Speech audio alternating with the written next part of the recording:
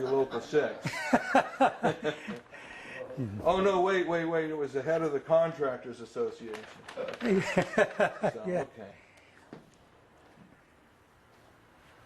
Well, Warren, the first question is going to be a marker. It's not part of the interview, but we have to tell the tape who you are. So I want you to tell me your name and how long have you been a member, from what year, and then when did you retire? Okay. My name is Warren DeMerrit. I was born and raised in San Francisco. I graduated from Balboa High School in 1937. In 1938, during the height of the Depression, I went to the Civilian Conservation Corps and spent a year there.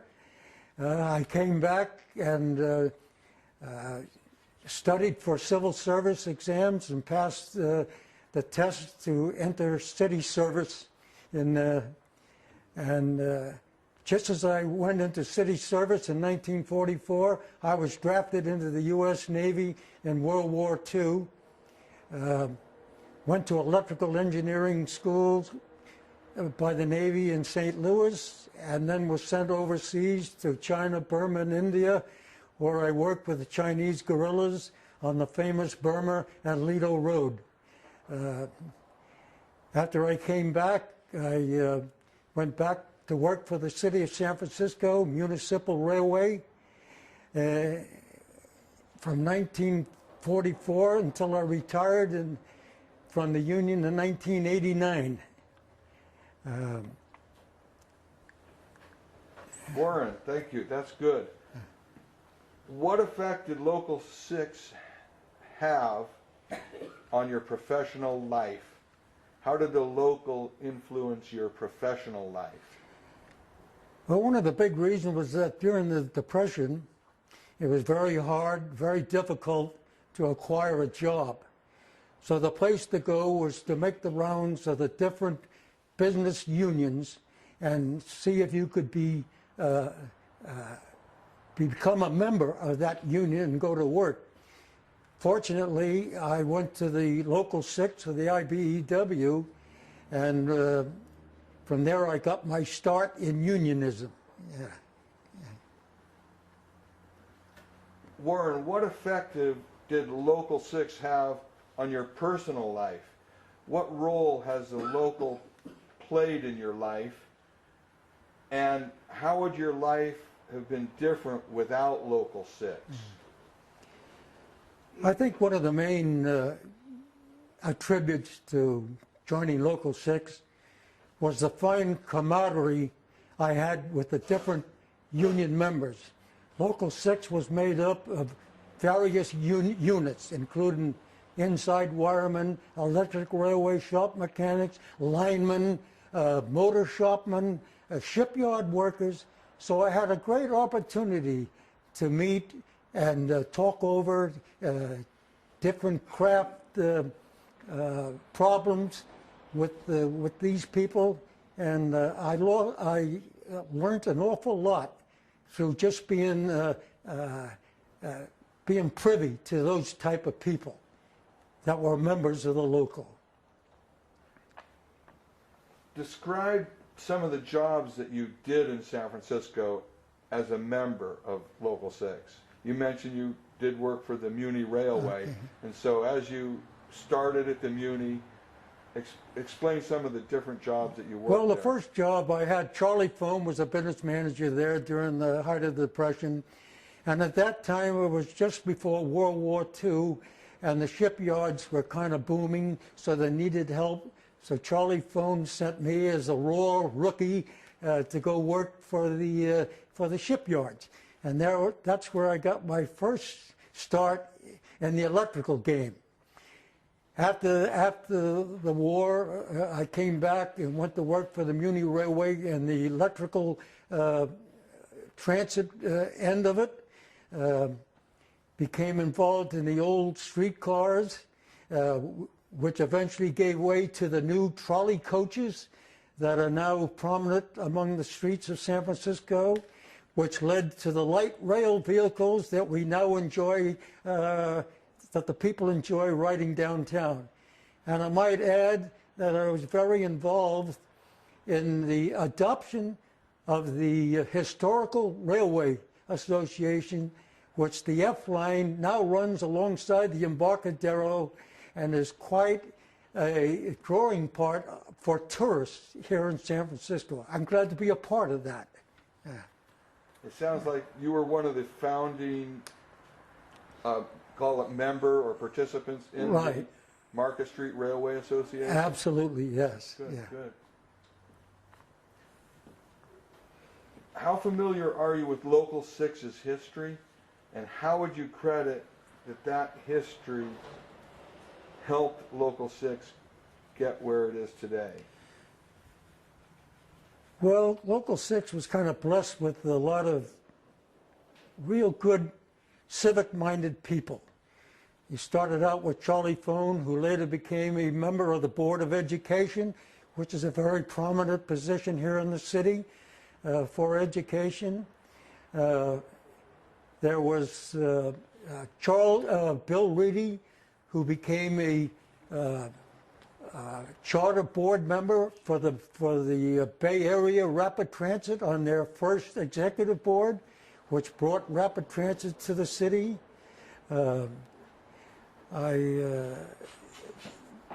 Those type of people are few and far between that helped contribute to the great,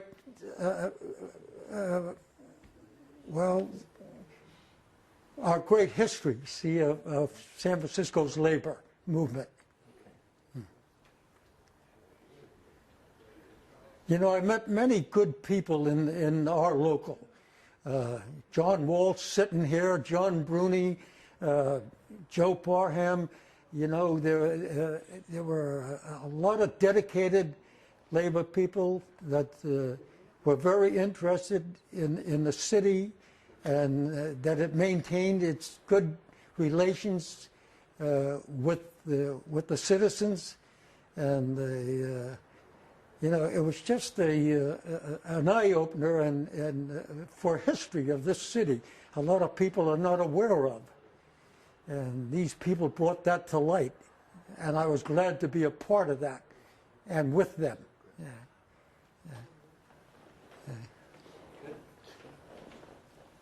Do you have a couple?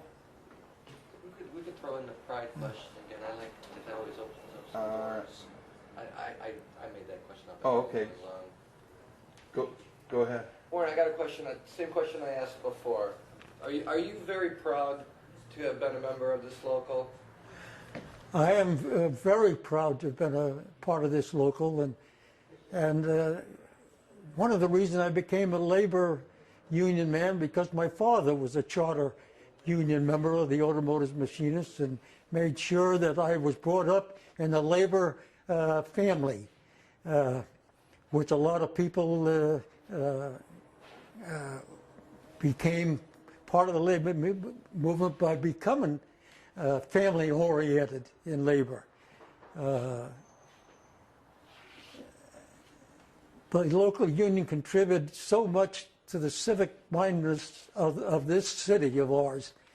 And we had many people that became board members, and because it was part of their civic function for the betterment of the city, not only the local, but the city in general.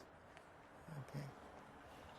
Is there any specific memories, if you go back to the early years of working as an electrician, any specific memories that just come to mind that you're never going to forget? Something about a job site, anything that you worked on that to this day you always still think about? Well, of course, the only thing that comes to mind is that working in the old streetcar maintenance shops, we had to maintain the old iron monsters, which you don't see anymore, only on our historic run. They were quite prevalent in the old days because the city revolved around its transit system, which included all these old streetcars, vintage cars, and they slowly gave way to the new modern electric transit, such as I mentioned, the trolley coach and the light rail vehicle. Was all a part of growing up and seeing these changes.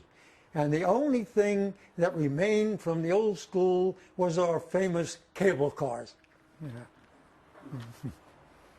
Okay. Good. Okay. You passed.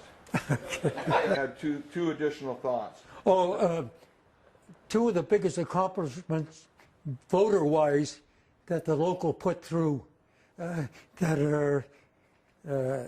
are now set for San Francisco's transit. Yeah.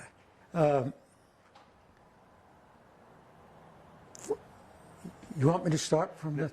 No, you had one other thought. I have the transit and a vote on the transit. All right. And then there was one other thought. There was the union put in what they called the Clean and Quiet Ordinance to retain San Francisco's electrical transit fleet in opposition to a consortium headed by General Motors, Okay, Goodyear Tire, Okay. and Standard Oil. Go ahead and start that over on the Okay. the clean power thing. There was a political fight that Local 6 got involved in, and that was an ordinance that we called the Clean and Quiet Ordinance to retain San Francisco's electrical transit fleet in opposition to a consortium headed by General Motors, Goodyear Tire, and Standard Oil to eliminate the electric rail system here in San Francisco and convert it to diesel operation. We fought that before the people with an ordinance, and by a vote of the people, we won to retain the electrical transit system and beat that consortium. The second most important thing that the local did was we resisted a short-sighted decision to disband all cable car operations in 1947.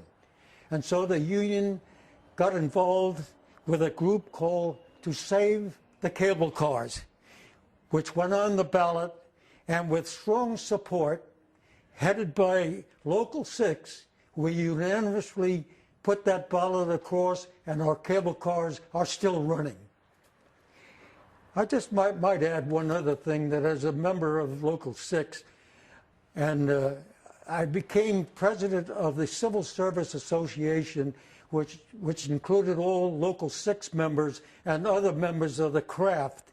I was elected their president and was eventually elected by all city employees to the retirement system. This is a system of 20,000 active employees and 15,000 retired employees that affect their direct monthly pension payments. And I also was the author of a ballot amendment that guaranteed all city employees to enjoy a 4-week vacation annually. And I am proud to say that I was the author of that bill. Thank you. You know, I have a thought that you mentioned on the diesel coaches and retaining the electric coaches and cable cars. Yeah. Today, as we speak, there's new electric hybrid vehicles that they're diesel and electric powered. Right. So apparently Local 6 had the right idea many years ago. Absolutely. That they're going back to electric vehicles. Right. In place of the diesel. So just Very.